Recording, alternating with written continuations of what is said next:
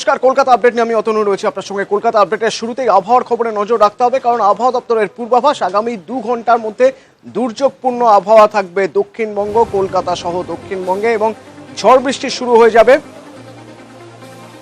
বিশ্বজিৎ শাহ প্রতিনিধি আমাদের সঙ্গে এই মুহূর্তে সরাসরি রয়েছেন। বিশ্বজিতের সঙ্গে একবার কথা বলবো। বিশ্বজিৎ, কি বলছে আবহাওয়া দপ্তর?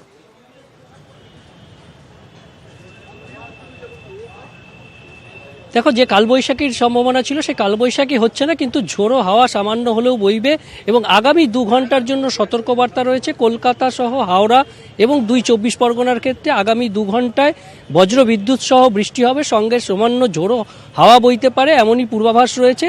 তবে আজ এবং আগামীকাল কলকাতা সহ দক্ষিণবঙ্গের ক্ষেত্রেই বজ্র বিদ্যুৎ সহ বৃষ্টির পূর্বাভাস রয়েছে এবং উত্তরবঙ্গের ক্ষেত্রে আগামীকাল থেকে বৃষ্টি বাড়বে। তবে এর সবথেকে লেটেস্ট যে খবর রয়েছে যে কলকাতা সহ 4 জেলায় আগামী 2 ঘন্টার মধ্যে বজ্র বিদ্যুৎ সহ বৃষ্টির পূর্বাভাস এবং তার সঙ্গে বইবে ঝোড়ো হাওয়া। এবং কলকাতা সহ যে দক্ষিণবঙ্গের ক্ষেত্রে এই বৃষ্টিপাত কিন্তু বুধবার সকাল পর্যন্ত চলতে পারে এবং বুধবারে আবহাওয়ার উন্নতি হবে। বুধবার বিকেলের পর থেকে এই আবহাওয়ার উন্নতি হবে।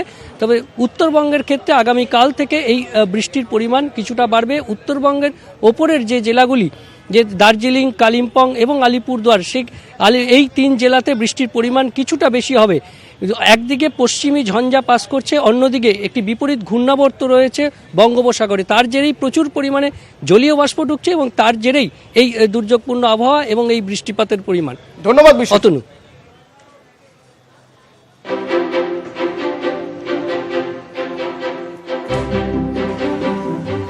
কুয়াশার চাদরে ঢাকা রাস্তা, মেঘের ফাঁক দিয়ে কালী ভদ্রে উঁকি দিচ্ছে সূর্য।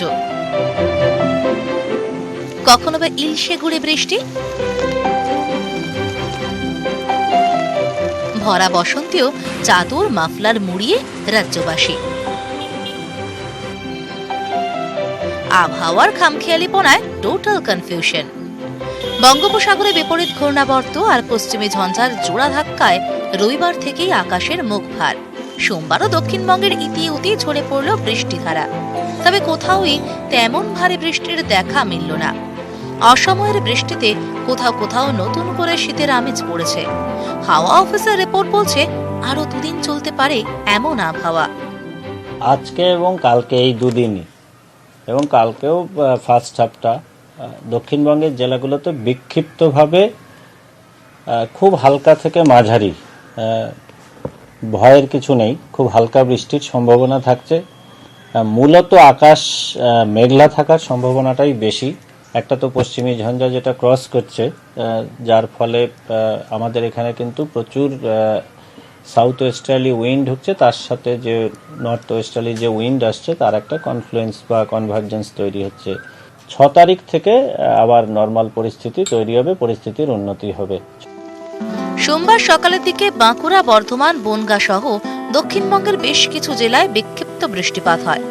আগামী 2 দিন কলকাতা সহ দক্ষিণবঙ্গে বৃষ্টির সম্ভাবনা রয়েছে। বৃষ্টির পরিমাণ বাড়তে পারে উত্তরবঙ্গে। আপাতত শীত বৃষ্টির মাঝে হারিয়ে যাওয়া বসন্তের খোঁজে হন্যে রাজ্যবাসী। নিউজ 18 বাংলা। জেতা আসন ছাড়তে কোনোভাবেই রাজি নয় সিপিএম। সমঝোতা হবে, তবে সেই সমঝোতার পরেও যে যেখানে শক্তিশালী ঠিক সেখান থেকেই সে লড়বে, এই নীতিতেই বিশ্বাসী সিপিএম। গত লোকসভা নির্বাচনে সিপিএম এর জেতা আসন রায়গঞ্জ এবং মুর্শিদাবাদ কেন্দ্রে প্রার্থী দেওয়া হবে। রাজ্য কমিটির বক্তব্য মেনে সিপিএম জানিয়ে দিল, রাজ্যে জোট সঙ্গী কংগ্রেসের জেতা আসনে প্রার্থী না দিলেও নিজেদের জেতা আসনই ধরে রাখতে চায় আলিমুদ্দিন।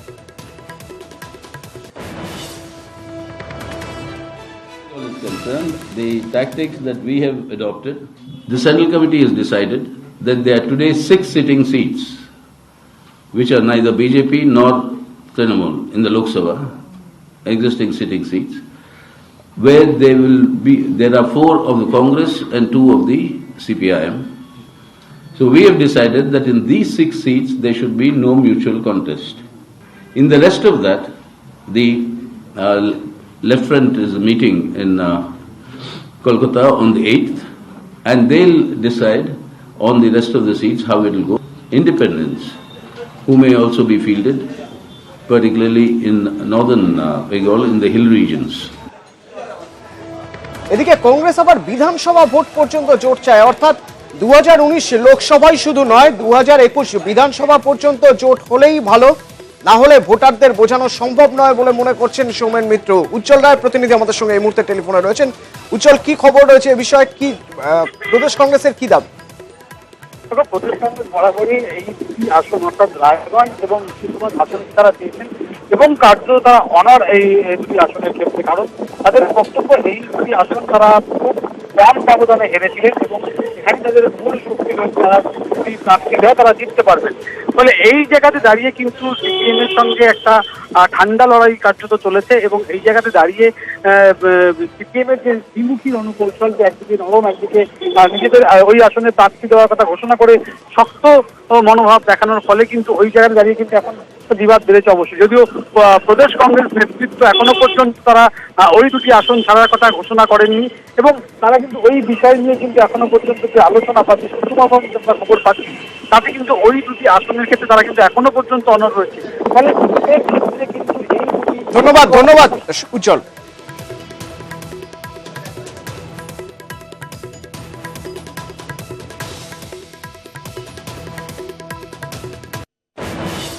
সীতারাম ইয়েচুরি বলেছেন বলে আমি শুনেছি, আমাদের কাছে কোনো কমিউনিকেট করেননি।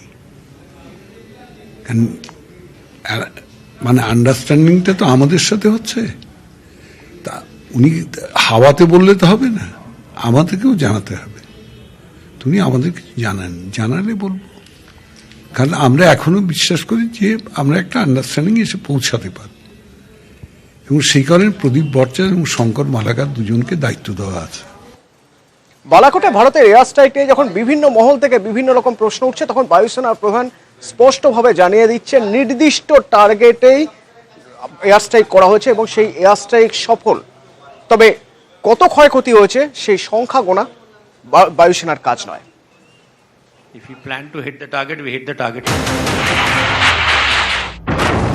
পুলওয়ামার জবাব দিতে আকাশপথে সার্জিক্যাল স্ট্রাইক চালিয়েছে বায়ুসেনা। অধিকৃত কাশ্মীর পেরিয়ে খাইবার পাখতুনখোয়ার বালাকোটে ধ্বংস করেছে জৈশের 5 স্টার জঙ্গি ঘাঁটি। তারপরেও হামলার সাফল্য নিয়ে প্রশ্ন তুলছে দেশ বিদেশের বিভিন্ন মহল, যেমনটা হয়েছিল 2016 সার্জিক্যাল স্ট্রাইকের ক্ষেত্রেও। প্রশ্নের মুখে এয়ার স্ট্রাইকের সাফল্য নিয়ে জবাব দিলেন খোদ ভারতীয় বায়ুসেনা প্রধান BS Dhanoa. The target has been clearly amplified by the Foreign Secretary. If he planned to hit the target, we hit the target. Otherwise, why would he have responded? If he had dropped bombs in the jungle, there's no need for him to respond. 35, 250 নাকি 300 কতজন জঙ্গি খতম হয়েছে air স্ট্রাইকে? আদৌ কি কোনো জঙ্গি মারা গেছে?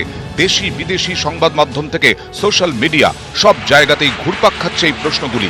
প্রশ্ন তুলছেন বিরোধী রাজনীতিবিদরাও। দৃঢ়ভাবে তারও জবাব দিলেন বায়ুসেনা প্রধান। Regarding this Balkot incident, in fact, how many terrorists have been killed? In fact, still Pakistan is on the demand. That statement will be made by the government.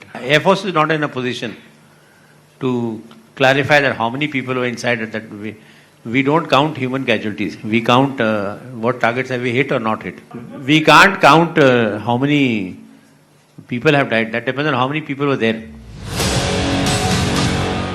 বায়ুসেনা প্রধানের বক্তব্যে স্পষ্ট, ধোঁয়াশা যাই থাকুক না কেন, লক্ষ্যে পুরোপুরি সফল এয়ার স্ট্রাইক। নিউজ 18 বাংলা। না বায়ুসেনার তরফে না সরকারের তরফে কোনো সংখ্যা ঘোষণা করা হয়নি, কিন্তু সংখ্যা ঘুরপাক খাচ্ছে। 250 জঙ্গির মৃত্যু নাকি 35 জঙ্গির মৃত্যু নাকি 350 জঙ্গির মৃত্যু, বিভিন্ন মহল থেকে বিভিন্ন কথা উঠছে এবং ভোটের আগে বা ভোট প্রচারে যেখানে সংখ্যা একটা শঙ্কা হয়ে দাঁড়িয়েছে। বালাকোটে 200 জঙ্গির মৃত্যু, বালাকোটে 250 জঙ্গির মৃত্যু, বালাকোটে 350 জঙ্গির মৃত্যু, বালাকোটে 35 জঙ্গির মৃত্যু, সংখ্যাতেই শঙ্কা। 14 ফেব্রুয়ারি 2019 পুলওয়ামায় জঙ্গি হানা। পুলওয়ামায় সিআরপিএফ কনভয় জঙ্গি হানায় কেঁপে উঠেছিল গোটা দেশ। জঙ্গি হানায় কত জওয়ান মৃত, কতটা বিস্ফোরক ব্যবহার, দেশ জুড়ে তৈরি হয়েছে ধোঁয়াশা। বালাকোটে জৈশে মোহাম্মদের ঘাঁটিতে বিমান হানার পর তা যেন পূর্ণতা পেয়েছে। 26 ফেব্রুয়ারি 2019 বালাকোটে বিমান হানা। মোদী সরকারের মুকুটে সার্জিক্যাল স্ট্রাইকের পালক। এবার শত্রুর ঘরে ঢুকে বিমান হানার মতো দাপট। কিন্তু এয়ার স্ট্রাইকে কত জঙ্গির মৃত্যু? শুরু থেকেই সংখ্যা নিয়ে যুদ্ধ, সংবাদ মাধ্যমে একে অপরকে টেক্কা দেওয়ার পালা, সোশ্যাল মিডিয়ায় ভার্চুয়াল লড়াই। জঙ্গি মৃত্যুর সংখ্যা নিয়ে শাসক দল যখন উৎসাহে ফুটছে, তখনই তাল কাটেন বিজেপি নেতা ও সাংসদ এস আলুওয়ালিয়া। মোদিজি ওই ঘটনা হওয়ার পর চুরুতে ভাষণ দিয়েছে। উনি কি বলেছেন যে কি 300 লোক মারা গেছে? কোনো ভারতীয় জনতা পার্টির স্পোক্স পারসন কি বলেছে? অমিত শাহ কোনো জায়গায় বলেছে? তোমার বাড়ির পাশে গিয়ে বোমা ফেলে বুঝিয়ে দেওয়া হলো যে আমি ধ্বস্ত করতে পারি। আলুওয়ালিয়ার বিতর্কিত মন্তব্যে রেশ কাটতে না কাটতেই বক্তব্য প্রকাশ্যে আসে অমিত শাহ। 250 জঙ্গি মৃত্যুর দাবি করেন তিনি।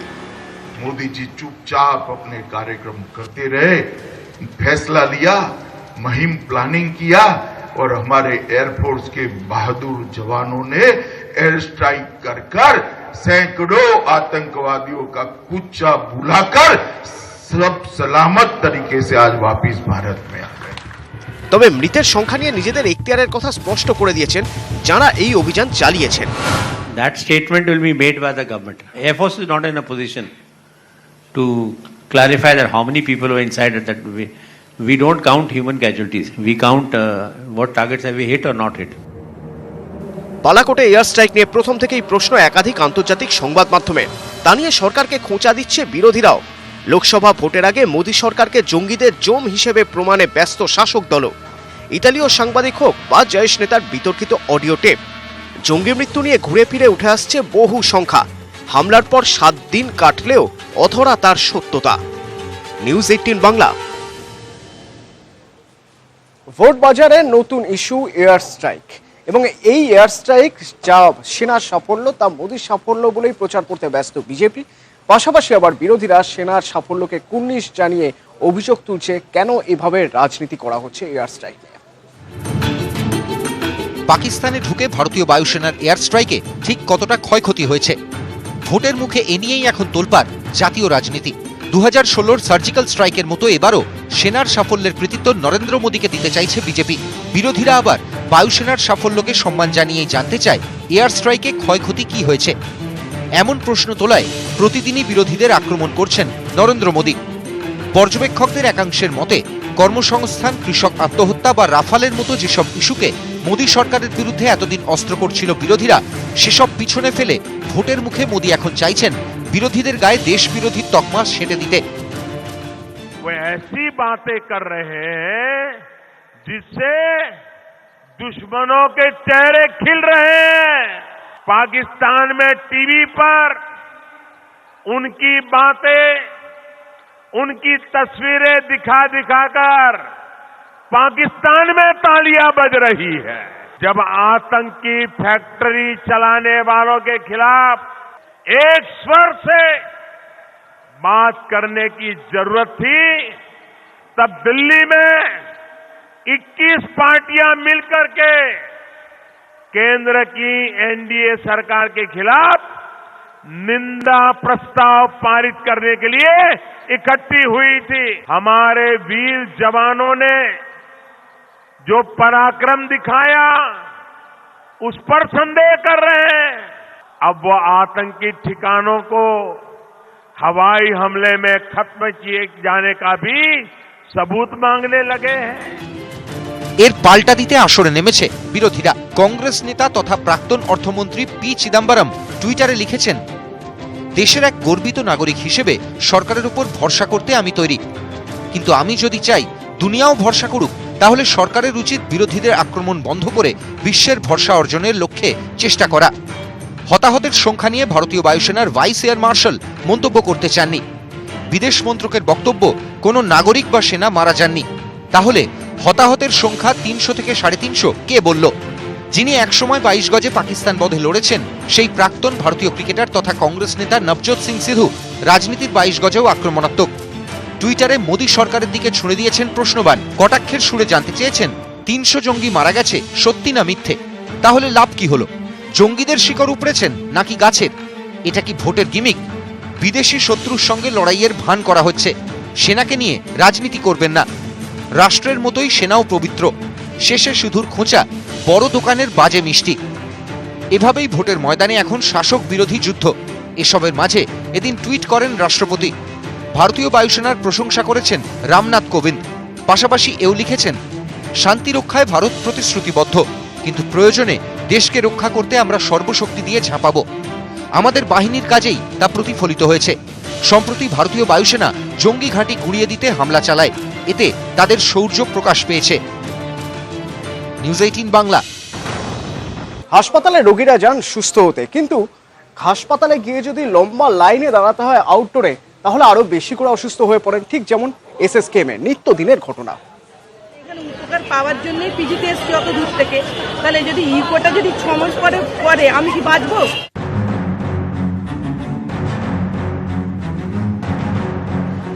এসএসকেএম হাসপাতালে এই ছবিটা নিত্যদিনের। চিকিৎসকের কাছে পৌঁছানোর অপেক্ষা যেন আর শেষ হয় না।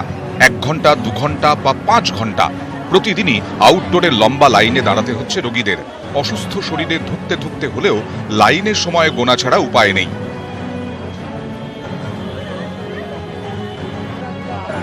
সোমবার লাইনে দাঁড়িয়ে মৃত্যুও হলো এক রোগীর।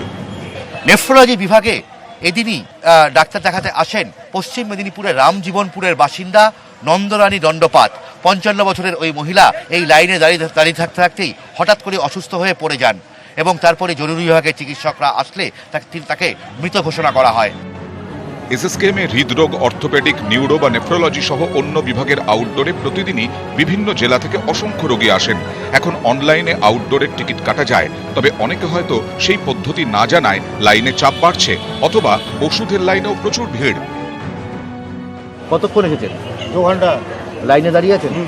আমার মেয়ে দাঁড়িয়ে আছে, আমি বসে রয়েছি। এখনো কিছু করতে পারেন? কিছু হয়নি। লাইনে দাঁড়িয়ে কি করব? কিছুই ব্যবস্থা নেই। বাইরে দেখাতে পাচ্ছেন না অন্য কোথাও? বাইরে আমাদের সেরকম সামর্থ্য নেই। কতক্ষণ দাঁড়িয়ে আছেন? 2 ঘন্টা। 2 ঘন্টা? এখনো লাইন এগোয়নি? না, ছেলে বউ দাঁড়িয়ে রয়েছে। কিছু করতে পারছেন না? আউটডোরের লাইনে দাঁড়িয়ে নন্দরানী দণ্ডপাটের মৃত্যুই প্রমাণ করে দেয় প্রতিদিনের এই লাইন হয়রানি কতটা দুর্বিষহ। এসএসকেএম কর্তৃপক্ষ মানছে ভিড় সামাল দেওয়ার পরিকাঠামোয় ঘাটতি আছে, তবে বিকল্প ব্যবস্থা নেওয়ার আশ্বাসও দিয়েছে এসএসকেএম। দীর্ঘক্ষণ এইরকম ভাবে লাইনে দাঁড়িয়ে থাকতে থাকতে তারা আরো অসুস্থ হয়ে পড়ছেন। রোগী এবং রোগীর আত্মীয়দের প্রশ্ন যে দিনের পর দিন ধরে তারা যেভাবে ঘন্টার পর ঘন্টা লাইনে দাঁড়াচ্ছেন, এই হয়রানি এর পরিবর্তন কবে হবে? ক্যামেরা হিমাদ্রির সঙ্গে অভিজিৎ চন্দ, নিউজ 18 বাংলা, কলকাতা। মেট্রোর পুরনো রেক নিয়ে অভিযোগ বারবার উঠেছে। এবার সেই অভিযোগ হয়তো কিছুটা হলেও খণ্ডাতে চলেছে, তার কারণ মেট্রোর জন্য নতুন রেক চীন থেকে আসছে। সেই রেক ডালিয়ান রেক। প্রথমে একটা রেক চলে এসেছে এবং ধাপে ধাপে আরো 13খানা রেক আসবে। দীর্ঘ প্রতীক্ষার অবসান, অবশেষে চীন থেকে কলকাতার মেট্রোর জন্য এসে পৌঁছালো ডালিয়ান রেক। 2 বছর ধরে বারবার কথা উঠেছে কলকাতায় আসতে চলেছে নতুন রেক। অবশেষে প্রতীক্ষার অবসান। চীন থেকে জলপথে কলকাতা বন্দরে এসে পৌঁছলো নতুন রেক। কোন পথে? নয়া রেক। চীনা কোম্পানি ডালিয়ান রেক পাঠায় সিঙ্গাপুরে, সেখান থেকে জলপথে চট্টগ্রাম, জাহাজে করে কলকাতা বন্দরে, হ্যানজাং জাহাজে পৌঁছয় কলকাতা বন্দরে। 42 টন ওজনের 8টি কোচ ও মেট্রোর বেশ কিছু যন্ত্রাংশ নিয়ে রবিবার বিকেলেই স্যান্ডহেডে পৌঁছেছিল জাহাজ। জাহাজ থেকে রেক নামানোর কাজ তদারকি করেছেন খোদ কলকাতা পোর্ট ট্রাস্টের চেয়ারম্যান বিনীত কুমার। 200 টন ওজন বহনে সক্ষম 2টি ক্রেনের সাহায্যে নামানো হয় কোচগুলি। ये कोचेस चाइना से आए हैं, डालियन कंपनी, और ये जहाज़ जो है कल शाम को यहाँ आया है करीब 5 बजे, और तब से ये कोचेस डिस्चार्ज कर रहा है। 8 कोचेस हैं इसके अंदर, और मेट्रो रेलवे की जो टीम है ऑलरेडी वहाँ मौजूद है। वो इनको एक साथ आठों कोचेस को मिला के ट्रेन बना के इसको अपने इंजन से वो लेके जाएगी।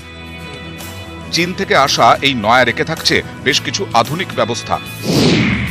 প্রতিটি কোচে 4টি করে সিসিটিভি, লাইভ ফিডের মাধ্যমে চালকের কাছে পৌঁছবে ছবি, টকব্যাকের মাধ্যমে চালকের সঙ্গে কথা বলতে পারবেন যাত্রীরা। ট্রেনের গতি আগের তুলনায় অনেক বেশি, ঘন্টায় 65 কিলোমিটার বেগে চলবে নতুন মেট্রো। উন্নত এয়ার কন্ডিশন ব্যবস্থা, দরজা ও ভেস্টিবিউল আগের তুলনায় বেশ চওড়া। বিশেষভাবে সক্ষমদের জন্য থাকছে হুইল চেয়ারের ব্যবস্থা। All coaches has been manufactured with latest technology, public address system, latest technology. Metro কর্তৃপক্ষের দাবি রেলবোর্ড থেকে চিঠি এসে পৌঁছলেই ওই 4টি রেক চলতে শুরু করবে। ট্রায়াল রান শেষ হলে নয়া রেকও চালু হবে খুব তাড়াতাড়ি। first of the 14 rakes, Dalian rakes, which will be added to our existing fleet.